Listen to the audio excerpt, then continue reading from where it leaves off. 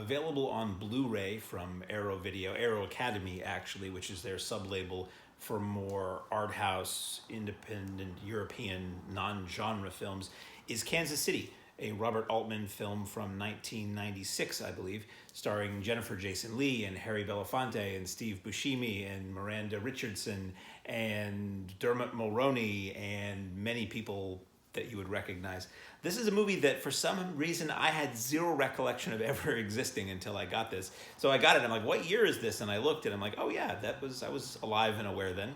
For some reason I'd never heard of it. Kansas City is about, it's an Altman film, so it's not about one thing. It's about a lot of things going on at the same time. Set in the Kansas City of the 1930s, Prohibition era Kansas City, you have Harry Belafonte as this gangster based on a real person named Seldom Seen who controlled a lot of the rackets. You have Steve Buscemi as a bar owner, boyfriend of the sister of Jennifer Jason Leigh, who's basically rounding up drunks and bringing them to town to vote as many times as possible in the local election. Jennifer Jason Leigh is average woman enamored with movie stars who is desperately trying to get her boyfriend out of trouble. Her boyfriend has committed a robbery. He is being held by Harry Belafonte's character, maybe held maybe for the moment and held maybe for the rest of his life, which does not seem to be much longer. And basically the core of this story is Jennifer Jason Leigh kidnapping the wife of a political bigwig and holding her for ransom so that the bigwig will put pressure on Seldom Seen to release her boyfriend. It's an Altman film. There's a lot going on in this film. So I'm so on Robert Altman movies. His is a name I've heard since I've known what movies were as a big name and as an important filmmaker with legendary films. And I've seen most of them over time. Some I've liked, some I haven't. Kansas City falls in the category of some I haven't. I actually had to give this movie 2 shots because the first time I watched it, I just found myself distracted and not paying attention because it just did not engage me for some reason. Did watch it from the beginning again. I was more into it, but on the whole, sometimes Robert Altman's films and style work for me, and sometimes they don't.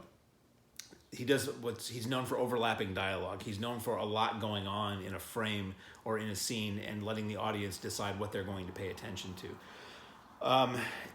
It felt very improvised to me, which generally I don't care for in a film because the whole thing is jazz is the core of this film, and he says it in some of the supplements.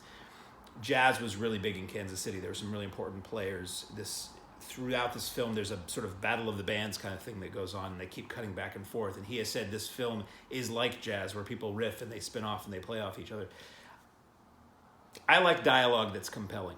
And for a lot of this film, the dialogue that Jennifer Jason Leigh was delivering was just, it felt like she was kind of half making it up. Like she was saying what was going to be written for her later.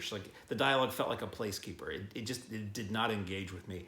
And her performance was very strange. It was mumbly and twitchy and weird. And I just was like, what are you doing? It really pushed me away from the film. It did not draw me in like a performance I think should. So I did a lot of reading. Anytime I watch a film that I really don't like that is renowned or has really good people in it, I always want to find out why, what was going on here. And some people find it brilliant. Some people say it's a masterpiece. Some people think Jennifer Jason Leigh's performance was the core of the heart and soul of the film. I don't know. All I know is partway through the movie I stopped caring and I just wanted it to be over. It's about 2 hours, a little under 2 hours, I guess. And very well made. I mean, obviously it's Altman. He's not a hack. It looks great. Much like Boardwalk Empire, which also featured Steve Buscemi, it really puts you in that time and place. It really feels like you're stepping back in time. The costumes, the set decoration, the interiors, the exteriors, the cars, everything, the music, it feels really, really authentic. And from what, again, I was seeing on the supplements, apparently it was quite true to Altman's memory of growing up in Kansas City at that time and just historically what was going on with politics and culture and race and so many other things. So, despite me not caring for this movie, if this is a film you're intrigued by or a film you've seen and like, it's the Arrow Video presentation. So it looks and sounds perfect. It looks to the degree where I'm watching this movie and was this made 10 years ago? Was it made 20 years ago? I can't tell. The Arrow transfer is that good. It had been released previously on DVD or Blu-ray.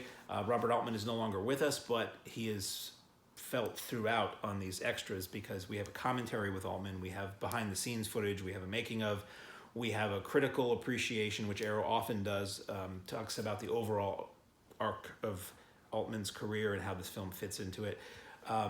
Things about the music. I mean, this thing is loaded with extras. So if you're a fan of Kansas City and Robert Altman, this is certainly worth looking at. Interestingly enough, as fate would have it, I found out in the extras of this Blu-ray that one of Robert Altman's early films is a film that I happened to buy on VHS tape used when I was on a trip recently in the South. And as a matter of fact, the phone that is recording this review right now is sitting directly on top of a VHS copy of That Cold Day in the Park, directed by Robert Altman. So his presence is felt, as we say. Anyway, Kansas City, out now on Blu-ray from Arrow Video.